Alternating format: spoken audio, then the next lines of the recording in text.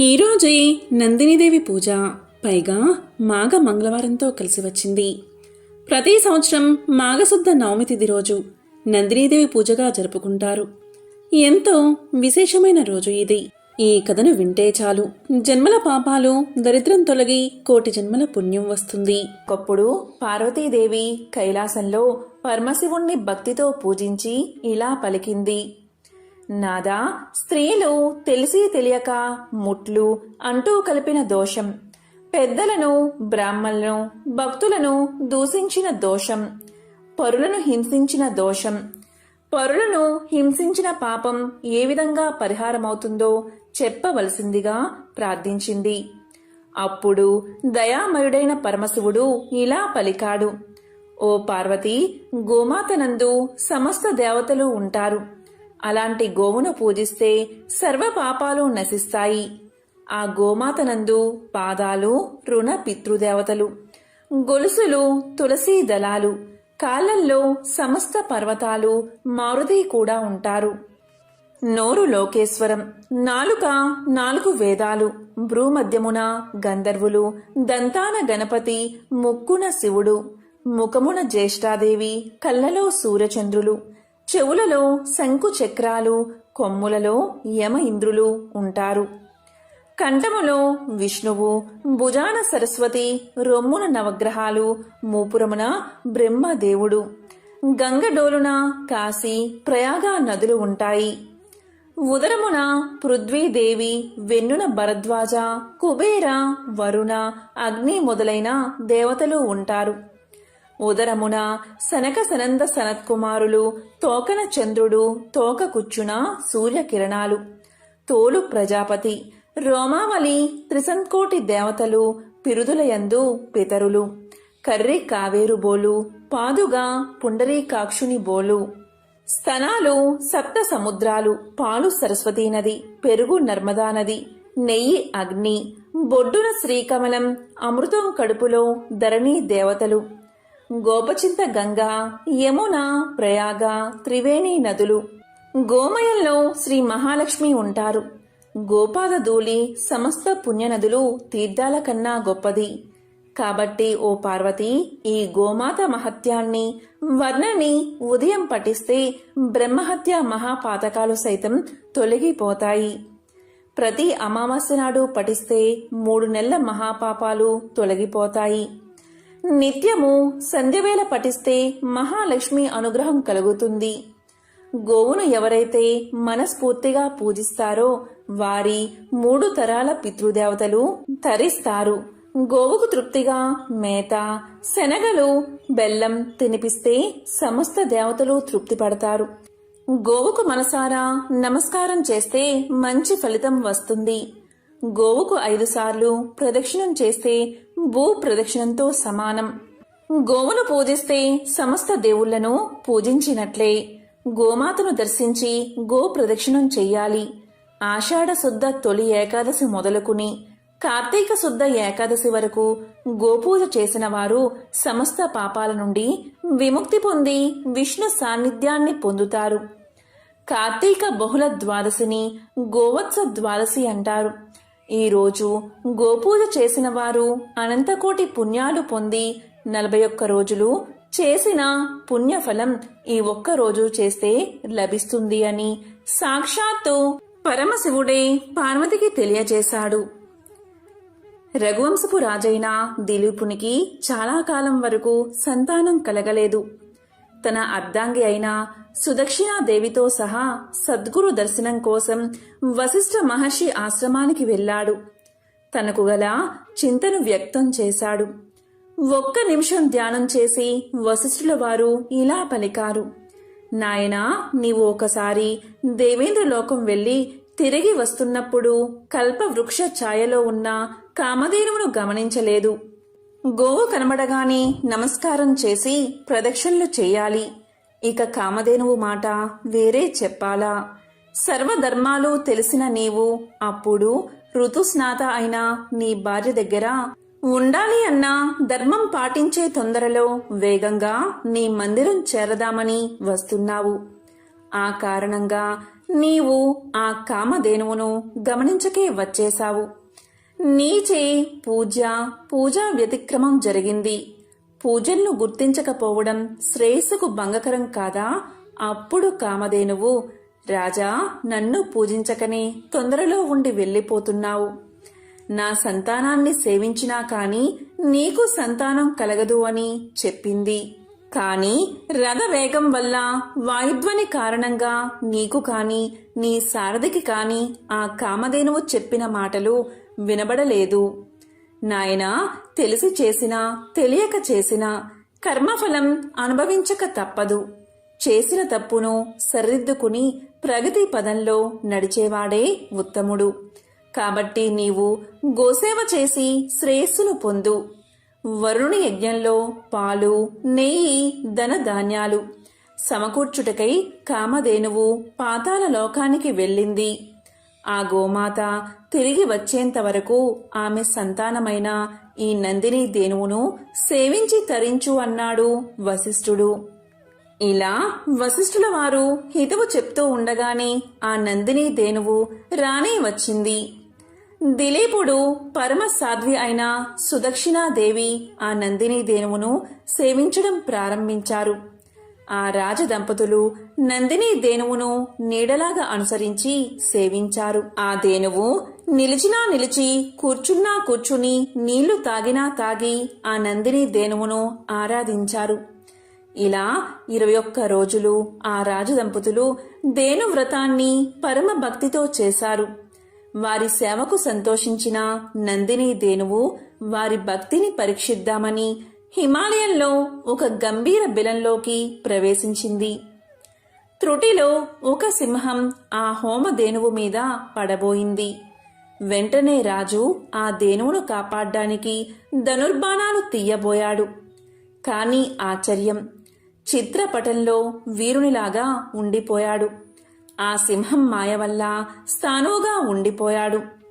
ప్రగల్భంగా అప్పుడు సింహం ఇలా పలికింది, రాజా, గిరిజాధిపతి ఆజ్ఞ పొంది నేనీ పరిసరాల్లో విహరిస్తున్నాను. శివ కింకరుడును. నా మీద నీ శక్తులేవి పనిచెయ్యవు. నేను మామూలు సింహాన్ని కాను. ప్రతిరోజు పరమేశ్వరుడు నందిని ఆరోహించేటప్పుడు నన్ను పాదపీఠికగా ఉపయోగించి అనుగ్రహిస్తాడు. నేను నికుంభ మిత్రుడనైన కుంభోదరుడను. పార్వతీదేవికి పుత్రప్రాయమైన ఈ దేవదారు వృక్షాన్ని కాపాడడానికి పరమశివుడు నన్ను ఇక్కడ నియమించాడు. ఈ ప్రాంతాలకి వచ్చే ఏ మృగాన్నైనా భక్షించే అధికారం నాకు ఉంది అని పలికింది. నా పరాక్రమం, బాహుబలం వృధా అవుతున్నవే. ఈ నందిని ధేనువుని కాపాడలేకపోతున్నానే అని అనుకుంటున్న రాజు, నేను కుంభోదరుడును, శివ కింకరుడును అన్న మాటలు వినగానే కొంచెం కుదుటపడ్డాడు. భగవత్ శక్తి ముందు మానవ శక్తి అత్యల్పమే కదా అని అనుకున్నాడు. ఆ కుంభోదరునితో ఇలా పలికాడు, ఓ దివ్యసింహమా, సృష్టి స్థితి లయకారకుడైన ఆ పరమేశ్వరుడు నీకు వలె నాకు కూడా పరమ పూజ్యుడు. కాని హోమధేనువైన ఈ నందినిని కాపాడడం ధర్మమే కదా. మన ఇద్దరికి శ్రేయోదాయకమైనది చెప్తాను. నా ఈ శరీరాన్ని ఆహారంగా స్వీకరించి నా గురుధనమైన ఈ నందిని ధేనువుని విడిచిపెట్టు అని రాజు పలకగానే కుంభోదరుడు నవ్వి ఇలా అన్నాడు, ఓ రాజా, నీవు చాలా మూడులాగా ఉన్నావు. నీవు ఈ భూమండలానికి ఏక చక్రాధిపతివి. యవ్వనంలో ఉన్న మన్మథకారుడివి. ఒక్క గోవు కోసం అన్నీ వదులుకుంటావా? అల్ప కారణానికి అధిక మూల్యం ఎందుకు చెల్లిస్తావు? ఈ ఆవు కాకపోతే ఇలాంటివి 1,000,000 మీ గురువుగారికి ఇవ్వవచ్చు. నీ పాలనలో సుఖంగా ఉండే కోట్లాది ప్రజలను అనాథలను చేసి ఈ గోవు కోసం శరీర త్యాగం చేస్తావా? నీకు ఎట్టి అపకీర్తి రాదు, గురుద్రోహం అంటదు అని అన్నాడు దిలీపుణ్ణి ప్రలోభ పెడదామని. అది విని ధర్మాత్ముడైన దిలీపుడు ఇలా పలికాడు, ఆపద నుంచి రక్షించేవాడే క్షత్రియుడు. అలా చెయ్యనివాడు రాజు ఎలా అవుతాడు? అదే కాక ఎదురుగా హింస జరుగుతున్నా కాపాడకుండా చూస్తున్నా ప్రాణాలు ఎందుకు? ఓ ఓ శివకింకరుడా, నీవు దేవతామూర్తివి. నా శరీరాన్ని స్వీకరించి ఈ దేనువును విడిచి నా ప్రార్థన మన్నించు అని పలికాడు రాజు. ఎలాగో చివరికి ఒప్పుకుంది సింహం. స్థానువుగా ఉన్న రాజు మామూలుగా కదలగలిగాడు. తన్ని తాను సింహానికి అర్పిద్దామని మోకాళ్లపై కూర్చుని తలవంచుకుని సింహం వేటుకై ఎదురు చూస్తున్న దిలీపుడి మీద పుష్పవర్షం కురిసింది. అప్పుడు నందిని దేనువు దివ్య ఆకృతి దాల్చి ఇలా పలికింది. రాజా, వశిష్ఠ మహర్షి తపశ్శక్తి వలన నన్ను ఈ సింహమే కాదు, విశ్వంలో ఏ శక్తి హాని కలిగించలేదు. నిన్ను పరీక్షిద్దామని ఇలా చేశాను. నీ భక్తితో నన్ను మెప్పించావు. దివ్యమైన నా క్షీరాన్ని స్వీకరించు, సంతానవతుడివి అవుతావు అని పలికింది నందిని దేనువు. అప్పుడు ధర్మజ్ఞుడైన దిలీపుడు ఇలా పలికాడు. తల్లి, నీ కరుణ అమోఘం. నన్ను, నా అర్ధాంగిని ధన్యుల్ని చేశావు. లేగదూడ నీ పాలకై ఎదురు చూస్తుంది. మహర్షులు యజ్ఞార్థం నీ క్షీరానికై నిరీక్షిస్తూ ఉంటారు. వారు తీసుకున్న తర్వాత మిగిలిన దానిలో 6వ వంతు తీసుకుంటాను అని పలకగానే తదేతి అని ఆశీర్వదించింది నందిని దేనువు. దేనువ్రత మహిమ వల్ల రఘు మహారాజును పుత్రునిగా పొందాడు దిలీపుడు. గోవు మహత్యం గురించి తెలిపే మరొక విశేషమైన కథను ఇప్పుడు విందాం. మహర్షులలో చ్యవన మహర్షికి ప్రత్యేకమైన స్థానముంది. నీటిలోనూ ఆయన తపస్సు చేసుకునేవాడు. ఒకసారి గంగా యమున సంగమ జలాలలో మునిగి సమాధిపరుడై ఎంతో కాలం తీవ్ర తపస్సు చేశాడు చ్యవనుడు. తాపసులు కామక్రోధాదులను జయించినవారు. ఆ నీటిలో తిరిగే చేపలు హాయిగా ఆయన శరీరమంతా ఎక్కి తిరిగినా ఏమనక వాటి చిలిపి చేష్టలకు సంతోషించేవాడు చ్యవనుడు. ఇలా 12 ఏళ్లు గడిచాయి. ఒకసారి విధివశాత్తు కొందరు జాలరులు ఆ ప్రాంతాలకు వచ్చి వలని వేయగా చేపలతో పాటు చ్యవనుడు కూడా ఆ వలలో చిక్కుకున్నాడు. మహర్షి తపస్సు భంగమైనదని తమ తప్పు క్షమించమని ఆ మహర్షిని ప్రార్థించారు జాలరులు. ఓ జాలరులారా, భయపడకండి. మీరే తప్పు చెయ్యలేదు. మీ విధి నిర్వహణలో తెలియకుండా ఇలా జరిగింది. మీ కష్టం ఊరికే పోకూడదు. శ్రమించినందుకు తగిన ఫలితం మీకు రావాలి. అందుకని నన్ను కూడా అమ్మి ఆ సొమ్ము తీసుకోండి అన్నాడు చ్యవనుడు. చ్యవనుడి ఉదార స్వభావానికి ఆశ్చర్యపడిన ఆ జాలరులు తమదే దోషమని తలంచి మహర్షి తపస్సు భంగపరచామని రాజైన నహుషుడి వద్దకు వెళ్లి వాళ్ళంతట వాళ్ళు తమ తప్పు విన్నవించి తమను శిక్షించమని కోరారు. జాలరుల నిజాయితీకి సంతోషించి ధర్మాత్ముడైన నహుషుడు మంత్రి పురోహితులతో సహా ఆ మహర్షి దగ్గరకు వచ్చి ఆయనకు పాదాభివందనం చేసి ఇలా పలికాడు. మహానుభావా, ఈ బెస్తలు తెలియక తప్పు చేశారు. దీనికి ప్రాయశ్చిత్తమేమిటో మీరే సెలవియ్యండి అని అడిగాడు. దానికి చ్యవనుడు, రాజా, ఈ జాలరుల దోషమేమీ లేదు. వారి కులవృత్తిని పాటించారు అంతే. వీరికి వారి కష్టానికి తగిన వెల దక్కేటట్లు చూడు అని సత్యభాషణం చేశాడు. నహుషుడు తన మంత్రులతో ఆ జాలరులకి 1000 మాడలు ఇవ్వమని ఆదేశించాడు. కాని చ్యవనుడు అది తనకు సరైన వెల కాదు అన్నాడు. రాజు 10,000, 1,00,000, చివరికి 1,00,000 మాడలిస్తాను అన్నా అది తనకు సరైన ధర కాదు అన్నాడు చ్యవనుడు. చివరికి నహుషుడు అయితే అర్ధరాజ్యాన్ని ఇస్తాను అన్నాడు. నీ మంత్రులతో సంప్రదించి చూడు అన్నాడు చ్యవనుడు. ఆలోచించడానికి ఏమున్నది, నా రాజ్య సర్వస్వము ఇస్తాను అన్నాడు నహుషుడు. చ్యవనుడు అయినా అది సరిపోదు అన్నాడు. ఏమి చెయ్యాలో తోచని నహుషుడికి ఇలా సలహా ఇచ్చాడు గవిజాతుడు అనే మహాముని. గోవు త్రిలోక పూజ్యమైనది, సర్వదేవతా స్వరూపమైనది.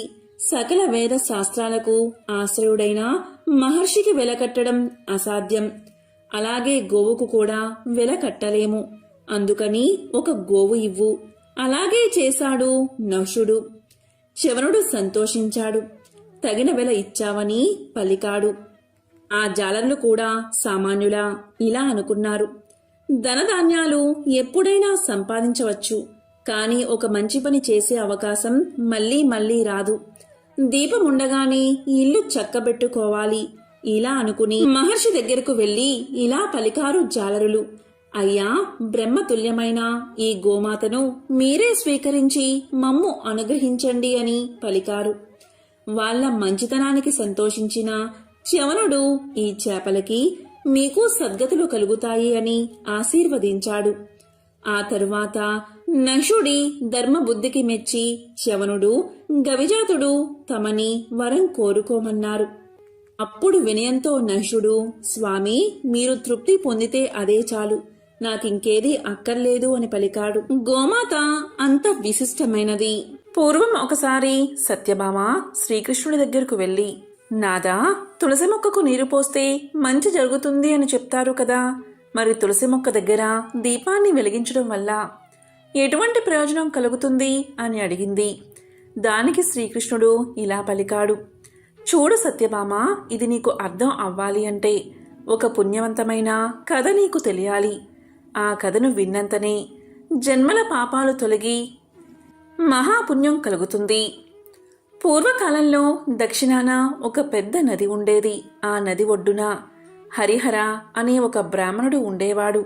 అతను వేదాలను చదివిన గొప్ప పండితుడు. అయితే అతని దురదృష్టం కొలది అతనికి ఒక పొగరబోతు భార్య ఉండేది. ఆమె ఎప్పుడూ అతన్ని అవమానించేది. భర్తతో ప్రేమగా వ్యవహరించేది కాదు. అన్నం కూడా పెట్టేది కాదు. అతని ఇంటికి ఎవరైనా చుట్టాలు వచ్చినా సరే వాళ్లను అవమానించి తరిమి కొట్టేది. అంతేకాదు, ఇతర పురుషులతో మాట్లాడుతూ కావాలనే ఆ బ్రాహ్మణుణ్ణి మానసికంగా హింసించేది. అందరూ చూస్తూ ఉండగా చెట్టు కింద నిలబడి బట్టలు మార్చుకునేది. అయితే ఆ బ్రాహ్మణుడు ఎన్నోసార్లు ఆమెను హెచ్చరించాడు. తన ప్రవర్తనని మార్చుకోమని చెప్పాడు. కాని ఆ బ్రాహ్మణుడి భార్య అతని మాటలు పట్టించుకోలేదు. నీలాంటి అడుక్కు తినేవాడిని పెళ్లి చేసుకున్నాను కాబట్టే నాకీ గతి పట్టింది. నిన్ను పెళ్లి చేసుకోవడం నేను చేసిన పెద్ద తప్పు. నీలాంటి వాడితో బతికే కంటే నరకానికి పోవడమే నాకు సుఖంగా ఉంటుంది అని అతనితో గొడవ పెట్టుకుంటూ ఉండేది. అంతేకాదు, ఆమె తన భర్త ముందే వ్యభిచారం చేయడం కూడా మొదలుపెట్టింది. కామజ్వాలలతో రగిలిపోతూ ఆమె అందమైన వ్యక్తి కోసం ఎదురు చూస్తూ ఉండేది. తన అందానికి సరిపోయేవాడు కావాలి అని ఆమె దేవుణ్ణి వేడుకునేది. అటువంటి మగవారిని వెతుక్కుంటూ ఒకరోజు అడవిలోకి వెళ్ళింది. అదే అడవిలో ఒక భయంకరమైన పులి తిరుగుతూ ఉంది. ఆ పులి చూపు ఈ బ్రాహ్మణ స్త్రీ మీద పడింది. వెంటనే ఆమెను తినడానికి తన పంజాను విసిరింది. అయితే ఆ బ్రాహ్మణ స్త్రీ ఎంతగానో భయపడిపోతూ ఆ పులిని వేడుకుంది. తనను దయతో వదిలిపెట్టమని వేడుకుంది. అందుకు ఆ పులి ఒప్పుకోలేదు. ఈరోజు నీవు నాకు ఆహారంగా మారాలని ఈ ప్రకృతే నిన్ను నా దగ్గరకు పంపించింది అని ఆ మహిళతో పులి పలికింది. పులి మాట్లాడుతూ ఉండడం చూసి ఆ స్త్రీ ఎంతగానో ఆశ్చర్యపోయింది. ఆ మహిళ పులితో ఇలా అంది, నీవు సాదాసీదా పులివి కాదు. ఇంతకీ నీవు ఎవరో నిజం చెప్పు అని ప్రశ్నించింది. అప్పుడు ఆ పులి తన జీవిత కథను ఇలా చెప్పడం ప్రారంభించింది. నీలాంటి పాపాత్ములను తిన్నప్పుడే నాకు ఈ జన్మ నుంచి విముక్తి లభిస్తుంది. నేనెవరో చెప్తాను, శ్రద్ధగా విను అని తన పూర్వజన్మ కథను ఇలా చెప్పింది. ఒకప్పుడు దక్షిణ దేశ తీరంలో పవిత్రమైన నది ఉండేది. అక్కడ ఒక బ్రాహ్మణుడు నివసిస్తూ తన జీవితాన్ని కొనసాగిస్తున్నాడు. ఎన్నో పుణ్యాలు చేసుకుంటే గాని ఆ బ్రాహ్మణుడి కడుపున నేను పుట్టాను. అయితే నాకు ఆ బ్రాహ్మణుడి సద్గుణాలు రాలేదు. నాలో ధనాన్ని సంపాదించాలి అనే కోరిక ఎక్కువగా ఉండేది. దీంతో నేను అక్రమ మార్గంలో ధనాన్ని సంపాదించడం మొదలుపెట్టాను. యాగాలు నిర్వహించాను, కానీ వాటికి కూడా ధనాన్ని ఆశించాను. ఎన్నో పాపపు పనులు చేస్తూ పాపాత్ముల కోసం యజ్ఞాలు చేసి వారి నుంచి విలువైన దానాలు స్వీకరించాలు. ఇలా సమయం గడిచిపోతూ ఉంది. నేను ముసలివాడిని అయ్యాను, కానీ నా మనసులో మాత్రం ధనాన్ని సంపాదించాలి అనే అత్యాశ ఇంకా పెరిగిపోయింది. ఒకరోజు నది ఒడ్డుకు వెళ్ళి కొంతమంది పండితులతో కలిసి సక్రమైన పూజా విధానంలో కూడా తప్పుడు మంత్రాలు చదువుతూ పూజలు చేశాను. కానీ అదే సమయంలో ఒక కుక్క నా దగ్గరకు వచ్చింది. దాన్ని నేను తరిమి కొట్టాను, కానీ అది నా కాలిని కొరికేసింది. ఆ కుక్క కాటుకు నేను అక్కడికక్కడే చనిపోయాను. నేను చనిపోయిన తర్వాత యమదూతలు ప్రత్యక్షమయ్యారు. ఇటువంటి పాపాలు చేయడం వల్ల నాకు యమలోకంలో ఎన్నో శిక్షలు వేశారు. కొన్ని వేల సంవత్సరాల పాటు శిక్షలు అనుభవించిన తర్వాత నాకు ఇలా పులి రూపంలో జన్మ లభించింది. నా పూర్వజన్మ గురించి నాకు బాగా తెలుసు కాబట్టి నేను పుణ్యాత్ములను చంపును అని ప్రతిజ్ఞ చేసుకున్నాను. కానీ నీ వంటి పాపాత్ములైన వారిని మాత్రం చంపితింటే ఖచ్చితంగా నా పాపాలకు ప్రాయశ్చిత్తం కలుగుతుంది. ఇలా చెప్పి ఆ పులి ఆ స్త్రీని చంపి తినేసింది.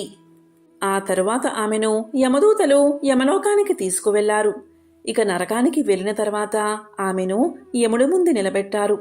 ఆమె పాపాల చిట్టా చూసి చిత్రగుప్తుడు సైతం ఆశ్చర్యపోయాడు. ఆమె వ్యభిచారం చేయడమే కాకుండా భర్తను, అత్తా మామలను నానా రకాలుగా హింసించి ఎన్నో పాపాలు చేసిందని తెలిసి ఆమెకు నరకంలో కుంభీపాక, రౌరవాది నరకాలు విధించారు. ఇక ఎన్నో సంవత్సరాల పాటు అగ్నిగుండంలో కాల్చారు. ఆ తరువాత ఆమె ఒక చండాలుడి ఇంట్లో జన్మించింది. ఎటువంటి దాన ధర్మాలు, హిందూ సాంప్రదాయాలు తెలియని ఇంట్లో ఉండడం వల్ల ఆమె 20 సంవత్సరాల వరకు ఎన్నో అవస్థలు పడుతూ బతికింది. ఆ తరువాత ఆమె ఒక నది ఒడ్డుకు వెళ్ళినప్పుడు అక్కడ కొంతమంది స్త్రీలు తులసి మొక్క ముందు దీపం వెలిగించడం చూసింది. ఆడవాళ్ళందరూ తులసి మొక్కకు ఎందుకు పూజలు చేస్తున్నారు అని ఆమె ఆశ్చర్యపోతూ వాళ్లను వివరాలు కనుక్కుంది. తులసిని పూజించడం వల్ల సర్వ పాపాలు తొలగిపోతాయని తెలిసిన తర్వాత ఆమె కూడా తులసి ముందు దీపం పెట్టడం ప్రారంభించింది. ఇలా రోజులు గడిచిపోతూ ఉండగా ఒకరోజు అనుకోకుండా ఆమెకు మృత్యువు వచ్చింది. నిమిషాల్లో ఆమె చనిపోయిన తర్వాత ఆమె ఆత్మను నరకానికి తీసుకుపోవడానికి యమదూతలు వచ్చారు. ఆమెను వారు నరకానికి తీసుకుపోతూ ఉండగా వైకుంఠ ద్వారపాలకులు యమదూతలను అడ్డగించారు. మమ్మల్ని ఎందుకు అడ్డుకుంటున్నారు అని యమదూతలు ప్రశ్నించగా అందుకు వైకుంఠ ద్వారపాలకులు, ఈ మహిళ ఎన్నో సంవత్సరాల పాటు తులసి మొక్క దగ్గర దీపాన్ని వెలిగించింది, పూజలు చేసింది. కాబట్టి ఆమె చేసిన సర్వ పాపాలు, జన్మజన్మల పాపాలు కూడా తొలగిపోయాయి అని వైకుంఠ ద్వారపాలకులు తెలియచేశారు. తులసి మొక్కను పూజిస్తే ఎటువంటి ఫలితం ఉంటుందో వాళ్లకు తెలియచేశారు. దీంతో యమదూతలు ఆశ్చర్యపోతూ మరిన్ని వివరాలు అడిగారు. దానికి వైకుంఠ ద్వారపాలకులు ఇలా చెప్పారు, చూడండి యమదూతలారా, తులసి శ్రీసఖి శివే పాపహరిణి పుణ్యతే నమస్తే నారదునుతే నమో నారాయణ ప్రియే అనే శ్లోకాన్ని పఠిస్తూ తులసికోట ముందు ఎవరైతే దీపాన్ని వెలిగిస్తారో వాళ్లకు సర్వ సౌఖ్యాలు కలుగుతాయని, వాళ్ల పాపాలన్నీ తొలగిపోతాయని ద్వారపాలకులు చెప్పారు. అంతేకాదు, తులసి మొక్కను పూజించినప్పుడు విష్ణుమూర్తిని కూడా పూజిస్తూ ఓం నమో భగవతే వాసుదేవాయ అనే మంత్రాన్ని జపించాలి. ప్రతిరోజు సూర్యుడు అస్తమించే సమయంలో, అలాగే సూర్యోదయ సమయంలో కూడా తులసిమాత ముందు దీపాన్ని వెలిగించి విష్ణుమూర్తిని స్మరిస్తే ఎంతో పుణ్యం లభిస్తుంది. జన్మజన్మల పాపాలు తొలగిపోతాయి. వ్యభిచారం చేస్తూ భర్తను హింసించిన స్త్రీ ఏ విధంగా అయితే తన కర్మ ఫలితం నుంచి తప్పించుకుంటుందో, అదేవిధంగా తులసిమాతను పూజించి గౌరవిస్తే ఎంతో శుభం కలగడమే కాకుండా ఇంట్లో కూడా శాంతి సౌఖ్యాలు కలుగుతాయి. అయితే తులసిమాత ముందు నెయ్యితో దీపం కానీ, నువ్వుల నూనెతో కానీ దీపం వెలిగించాలి. ముఖ్యంగా ఆవు నెయ్యితో దీపం వెలిగించడం వల్ల అత్యంత సౌఖ్యం కలుగుతుంది. అటువంటి సమయంలో నువ్వుల నూనెతో దీపం వెలిగించడం వల్ల పాపకర్మలతో పాటు శనిపీడ కూడా తొలగిపోతుంది.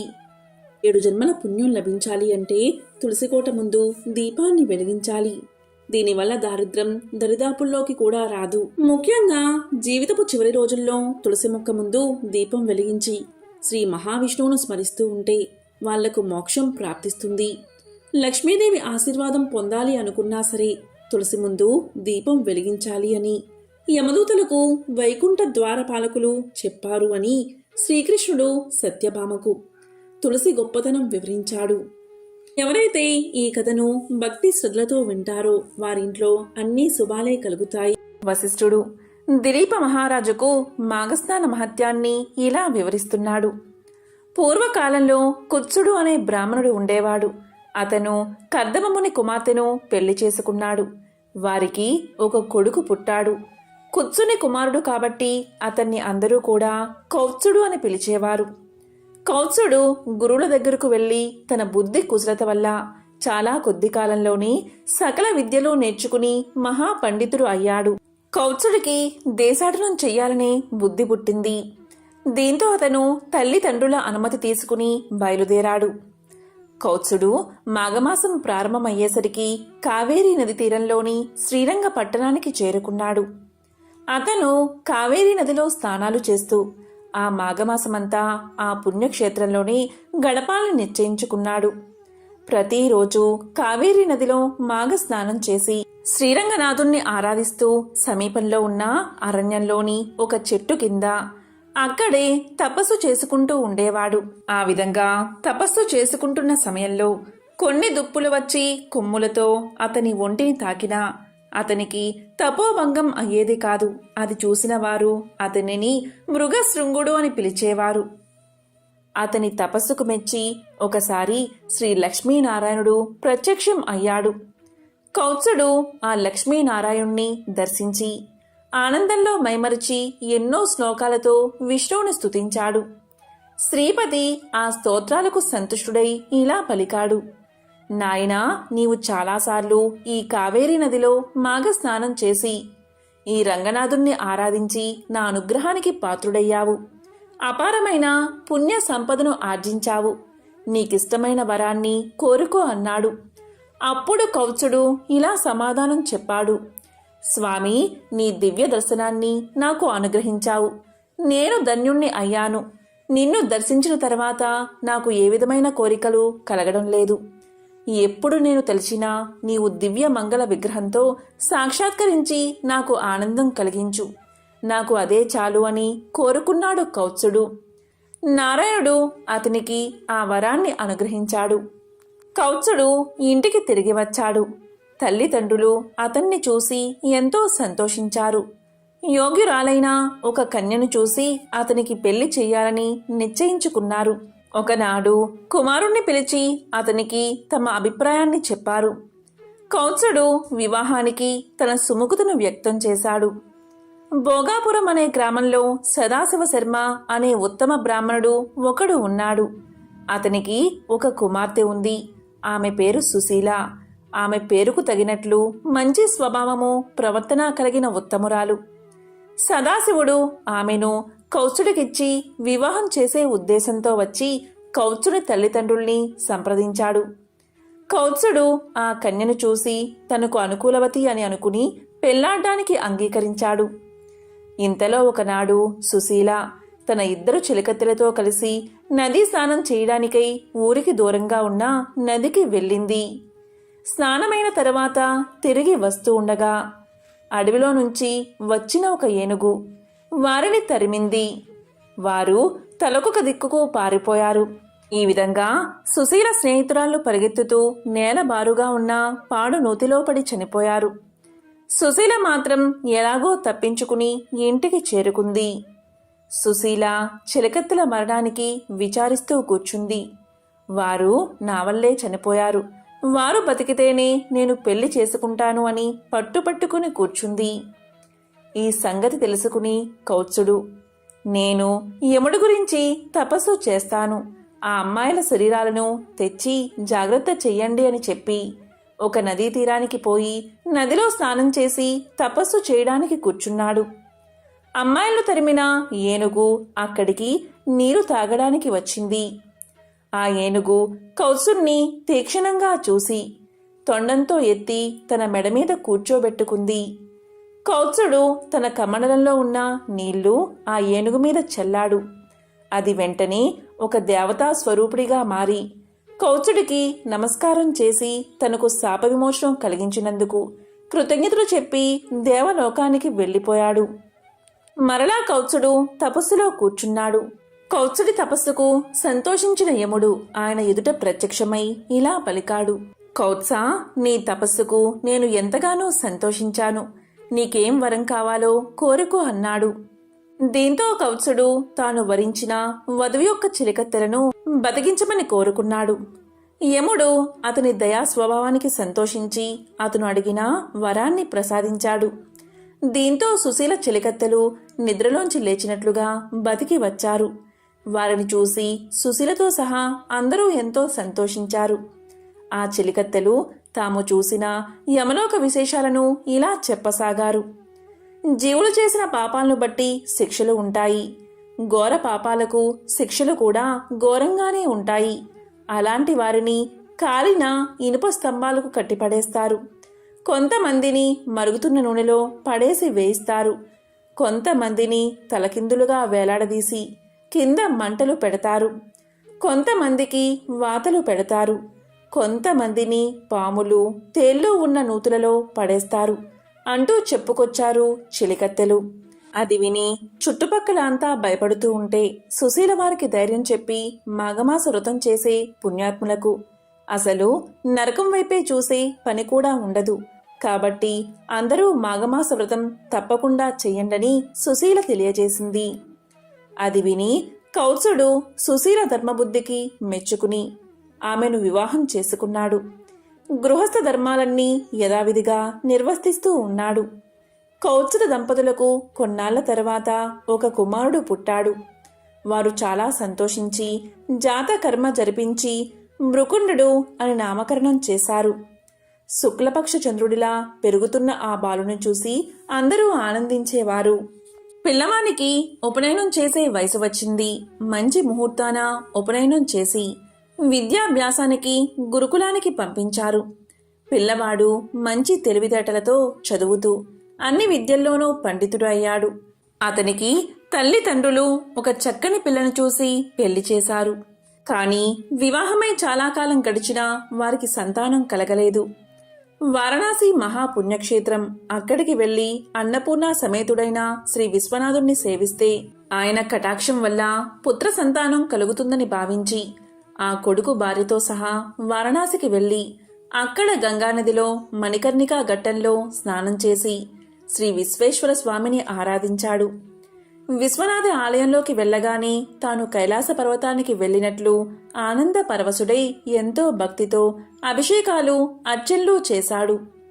ఆ అవిముక్త క్షేత్రంలో తాను కూడా ఒక శివలింగాన్ని ప్రతిష్ఠించి దానికి మృకండనాథ లింగం అనే పేరు పెట్టి పూజించాడు మృకండు. ఎంతకాలం అలా పూజించినా అతనికి సంతానం కలగలేదు. ఇక పరమేశ్వరుడి గురించి తపస్సు చెయ్యాలని నిర్ణయించుకుని ఆ కాశీ క్షేత్రంలోని ఒక ఏకాంత ప్రదేశంలో కూర్చుని ఏకాగ్రమైన మనసుతో తపస్సు చేశాడు. ఇలా చెయ్యగా కొంతకాలానికి చంద్రశేఖరుడు ప్రత్యక్షమయ్యాడు. మృకండు చంద్రశేఖరుణ్ణి భక్తితో నమస్కారం చేసి శ్రీ రుద్ర మంత్రాలతో స్తుతించాడు. స్తుతించి ఇలా పలికాడు. స్వామి, నువ్వు సకల సద్గుణ రాశి సౌందర్యవతి పతివ్రత అయిన భార్యను ప్రసాదించావు. నేను ఎంతగానో సంతోషించాను. ఆమెతో నేను గృహస్థ ధర్మాలను ఆచరిస్తున్నాను. కానీ గృహస్థులకు ఆనందదాయకమైన సంతానాన్ని కూడా అనుగ్రహించి మా గృహస్థ ఆశ్రమానికి పరిపూర్ణత కలిగించు అని శంకరుణ్ణి ప్రార్థించగా ఆయన ఇలా పలికాడు. మృకండముని, నీ కోరిక నెరవేరుతుంది. అయితే ఒక విషయం చెప్పు. వైదవ్యంతో ఏడుస్తూ చిరకాలము బతికే కుమార్తె కావాలా, అల్పాయుష్కుడైన 16 సంవత్సరాలు మాత్రమే జీవించే ఒక కుమారుడు కావాలా అని అడిగాడు. అప్పుడు మృకండు ఇలా పలికాడు. స్వామి, నన్నింకా పరీక్షించాలి అనుకుంటున్నావా? సరే, వితంతువై ఉండే కుమార్తె కంటే అల్పాయువైన కుమారుడే మేలు కదా. కుమారుణ్ణే ప్రసాదించు స్వామి అని వేడుకున్నాడు.